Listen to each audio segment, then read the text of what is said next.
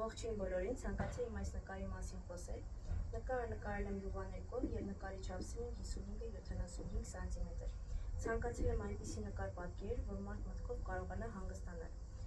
Եվ ինչու եմ ընտրել բնության զարկերակը, քանի որ ցանկացել եմ ցույց տալ, որ բնությունը կենդանի է։ Լեռների հանգստությունը, գետի հոսքը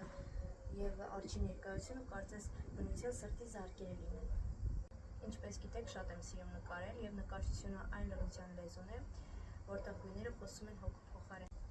Արջը այստեղ խորհրդանշում է ուժն ու հանգստությունը։